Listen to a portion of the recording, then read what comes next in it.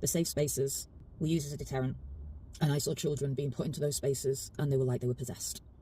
They were put in there for the safety of the other students, but the problem was the longer they were in those spaces, the worse they got, the more upset, and the trauma that we are giving those children for putting them in those safe spaces for that long. I hate to think what it's going to do to them in the long term about being in a small space. It's going to give them so many bad flashbacks. And the children will say anything to get out of that space. And as soon as they get out, they will run amok, and then you put it right back in. But the screams, how we had to restrain them and throw them in those rooms and hold them while they were kicking, screaming, banging their heads against the walls. And there was a poster next door to them. Next door.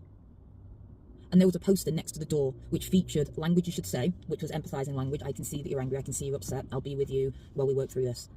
But the one part that was always missing was the talk afterwards.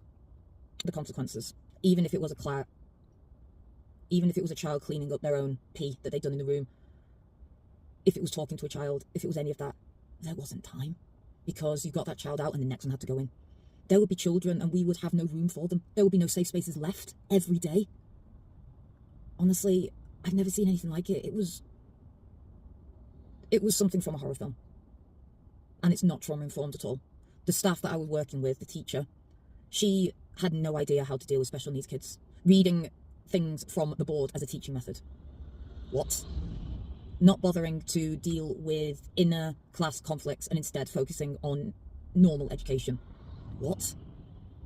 It was horrific. So if you want to go into an SEMH school and they say they're trauma informed, please do your research. Please research what trauma informed teaching actually is. Please do the courses yourself, because they'll assume that you know. And if you see any behaviour that is counter to trauma informed teaching, report it or get out of there, because 6 weeks was 5 weeks too long. I should have left, and there's certain phrases that the children would say that still trigger me today.